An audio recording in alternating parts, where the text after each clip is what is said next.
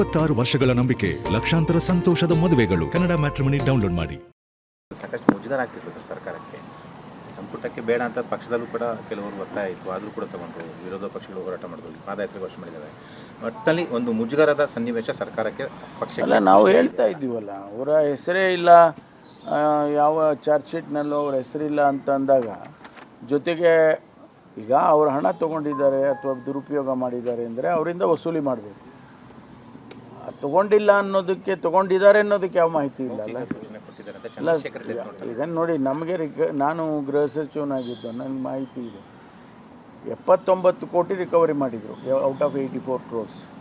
ಈ 79 ಕೋಟಿ ರಿಕವರಿ ಮಾಡಿದಾಗ ನಾಗೇಂದ್ರ ಅವ್ರ ಕಡೆಯಿಂದ ಒಂದು 5 ಕೋಟಿನೋ 10 ಕೋಟಿನೋ ಇಲ್ಲ 50 ಕೋಟಿನೋ ರಿಕವರಿ ಆಗಬೇಕಾಗಿತ್ತು. ಅವರು ದುರುಪಯೋಗ ಮಾಡಿದರೆ, ಒಂದು ವೇಳೆ ಅವರು ಯಾವುದಾದ್ರೂ ರೂಪದಲ್ಲಿ ಅವ್ರ ಅಕೌಂಟಿಗೆ ಹಣ ಹೋಗಿದ್ದರೆ ಅವರು CBIನವರಾಗಲಿ ED ಅವರಾಗಲಿ ರಿಕವರಿ ಮಾಡೋರು.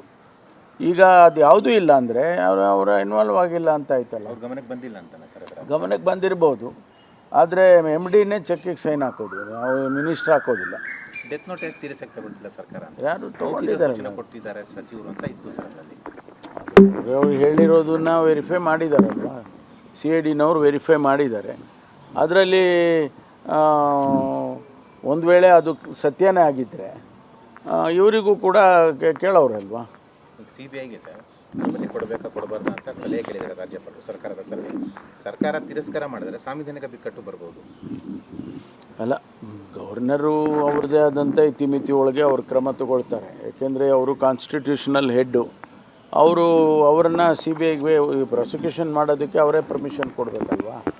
ಅದು ಸರ್ಕಾರ ಚರ್ಚೆ ಮಾಡುತ್ತೆ, ಕ್ಯಾಬಿನೆಟಿಗೆ ಚರ್ಚೆ ಮಾಡಿ ತೀರ್ಮಾನ ಮಾಡಬೇಕು. ಸರ್ಕಾರದ ಅನುಮತಿ ಇಲ್ಲದೆ CBI ಎಂಟ್ರಿ ಕೊಡೋಕ್ಕಾಗಲ್ಲ ಸರ್ ರಾಜ್ಯದಲ್ಲಿ. ಅಲ್ಲ, ಅದು ಸಂಪುಟದಲ್ಲಿ ತೀರ್ಮಾನ ಆಗುತ್ತೆ ಸರ್. ಸೆಪ್ಟೆಂಬರ್ 1ರಿಂದ ಈಗ ಪ್ರತಿಭಟನೆ ಮಾಡ್ತಿದ್ದಾರೆ. ಸರ್ಕಾರದ ವೈಫಲ್ಯ, ನಾಗೇಂದ್ರ ವಿಚಾರ BJP ಪಾದಯಾತ್ರೆ ಮಾಡ್ತಿದ್ದಾರೆ.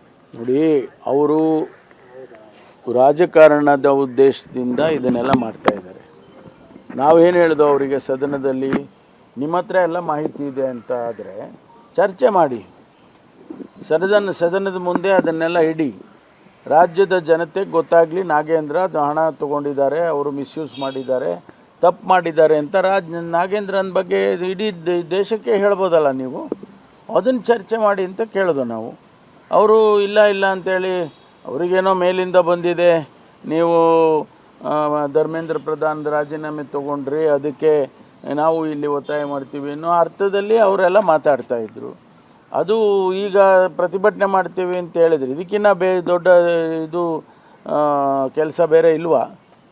ಬರ ಇವತ್ತು ಅವರೇ ಹೋಗಿದ್ರು, ಬರ ನೋಡೋದಕ್ಕೆ ಅವರು ತಂಡಗಳನ್ನು ರಚನೆ ಮಾಡಿ ಅವರು ಕೂಡ ಹೋಗಿದ್ರು. 26 ವರ್ಷಗಳ ನಂಬಿಕೆ, ಲಕ್ಷಾಂತರ ಸಂತೋಷದ ಮದುವೆಗಳು. ಕನ್ನಡ ಮ್ಯಾಟ್ರಿಮನಿ ಡೌನ್ಲೋಡ್ ಮಾಡಿ.